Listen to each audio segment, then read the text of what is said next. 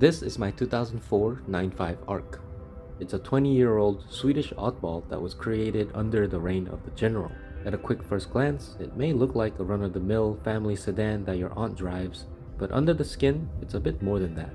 So I'm gonna be sharing what it's like owning a weird, quirky Swedish car that's known to be a pain in the butt to own and maintain. I bought this 95 2 years ago, completely stock, with 160,000 miles for an unbelievable $700. It ran and drove completely fine, and I drove it home with no issues. I still don't know why the seller let it go for so cheap, and I was expecting to find out why during my ownership, but the thing just runs and runs, and it has no rust anywhere, and it doesn't show any signs of slowing down. Fingers crossed. This is my weekend/project car, so over the past 2 years, I've only put on around 3,500 miles. Having spent only $700 on the car, it took a lot of pressure off while modifying and restoring it because I didn't have much to lose if something went wrong. In that sense, it gave me a lot of confidence to try out new things I've never done before. And this is why I love beater cars. There is just so much you can learn without worrying about losing value, because, well, it has no value. I've never taken my 95 to a mechanic, and I've done all the work on it myself, and that's kind of the goal I had in mind when I bought this car. Speaking of mechanics, they do not like Saabs at all. During my ownership of 5 different Saabs, I've been turned down so many times even before telling them what was wrong with the car. Shops usually don't want anything to do with Saabs, and they just see it as a complicated, over-engineered Swedish meatball. So unless you have some wrenching skills, or at least the willingness or the time and space to work on it yourself, it's going to be much harder to own than an average car. Of course, we have a database of trustworthy Saab specialty shops around the country, but your mileage may vary. Also, I've seen a handful of these shops closing in the last few years, so that's something else to keep in mind. So the first thing I replaced was this direct ignition cassette, also known as DIC. It is a very common practice for Saab owners to have an extra one in the trunk, just in case it fails. Super easy to replace, just 4 screws there and an electrical connection right there. This car came with a brand new original DI cassette in the trunk, so that's in the car right now because when I first got it, there was a check engine light for this. I lucked out on that one, but if I had to buy a new one, it would have been around $300 for an OEM DI cassette. The second thing I replaced was the shift knob and the shift boot. The original one was super crusty, so I bought one off of AliExpress for I think under $30, and that was pretty good. But right now I have this cool leather shift knob that lights up. I love it. And the e-brake boot, I bought a used one on eBay. It came with the entire assembly. I didn't use the whole thing, I just used the leather boot. Then I replaced this cup holder for $40. It's easily one of the coolest pieces in the car in my opinion. I don't really use it because it's so flimsy, but I just wanted one less thing broken on the car. Next, I replaced the coolant temperature sensor and the thermostat for $16 and $15 respectively. I also replaced the AC condenser myself for $103, which kinda sucked because it didn't fix my AC issue. The real issue after getting it checked by a pro turned out to be the compressor, which I still haven't replaced. I also restored my headlights with the Maguire restoration kit, which was $25. I resolved the boost leak by replacing the one-way check valve, and in total that was $35, which included the valves, hoses, and the clamps. Then I had an issue with the ignition where the car didn't recognize me taking the key out. I fixed that by lubricating the ignition cylinder with dry graphite for $7. Then I restored the faded black plastic trims, and that was $15. So all of that added up comes out to be around $315, and that's all the things I had to replace in 2 years.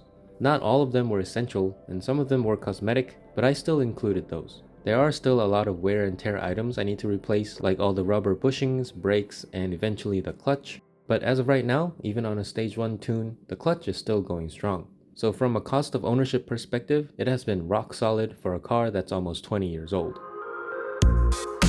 This car, being the Arc model, had many things that could use some updates, and I tried to stick with the OEM Plus mods. First, I upgraded all the touch points, replacing the steering wheel with the one out of an Aero model. I also put in the infamous Aero seats, which are the most comfortable seats I've ever sat in, period.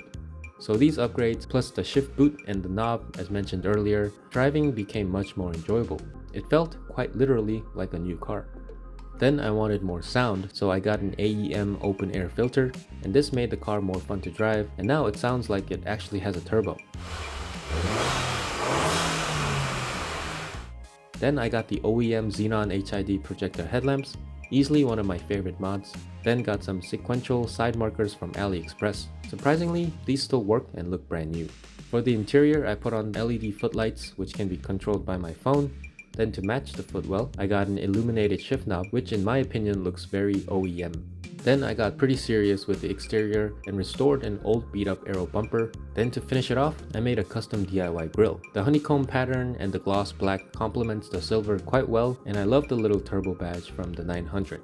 And most recently, I just got done wrapping the car in Nardo Gray, which is a complete game changer for me.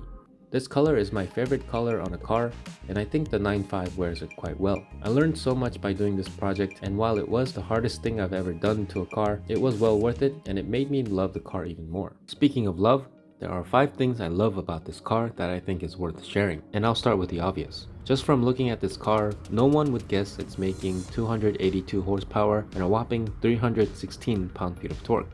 It hasn't been dynoed and confirmed, but those are the numbers that the Stage 1 ECU is calling for. But putting the numbers aside, it's nice knowing I have a decently capable car. It really comes alive when merging onto the highway. Passing unsuspecting Civic SIs and 8.6s never gets old. It's not flashy and no one knows what it is, and I love that. The ride quality difference between this and the other Saabs I've had is night and day. And even compared to my daily driver, the Infiniti QX60, this easily has superior ride quality. It soaks up uneven pavement like it's not even there, and again, the aero seats are by far the most comfortable and supportive seats I've ever sat in any car.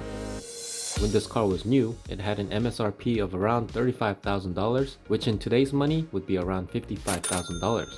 And it was more or less in the same realm as the BMW 5 Series and the Mercedes-Benz E-Class. With that said, it has options rivaling such cars. Front and rear heated leather seats, side curtain airbags, turbocharged engine, sunroof, xenon projector headlights, and more. Some of these options have become very common in 2023, even in the cheapest of cars, but at the time, these were premium options. Some of the real classic Saab people might disagree with me on this one, but hear me out.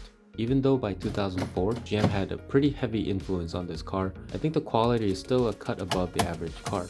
Having owned the 2007 9.3, this 9.5 has far less creaks and not much hard GM quality plastics around the touch points. The sound insulation is pretty good, and most importantly, the Swedish attention to detail is very much still here. After all, this model first came out in 1998. I see 2 main groups in the Saab world. The first are the older folks who have been in love with Saabs for a very long time and collectively know all the problems and solutions that Saabs have. On the opposite side of the spectrum are new generation owners who are typically younger and doing amazing builds and making content online. This group is the future of the Saab community, and I'm glad to be a part of it. There's also the Saab Wiz manual, which is essentially a Saab technician guidebook on how to do pretty much anything on the car. I use it all the time when doing repairs and projects. There's also an annual Saab Owners Convention, which I still haven't been to, but you can meet so many knowledgeable individuals willing to offer advice, and I think that is amazing. But it's not all butterflies and lilies. There are definitely a lack of parts, and I say that with a small asterisk. It's still pretty easy to find parts for this car, but compared to a more mainstream car like a BMW or a Camry or an Accord, parts are just not as common. For example, right now, there are only 6 9.5s in junkyards within 250 miles from where I live, compared to 460 Honda Accords in the same range. And as I mentioned earlier, there are less and less shops that are willing to work on Saabs. The mileage isn't all that great considering it has a 4-cylinder. I average about 22 miles per gallon in mixed driving, which I think is pretty decent, but in 2023, it's not that great. Also, it drinks premium fuel, and with the rising gas prices, it's not cheap to fill her up.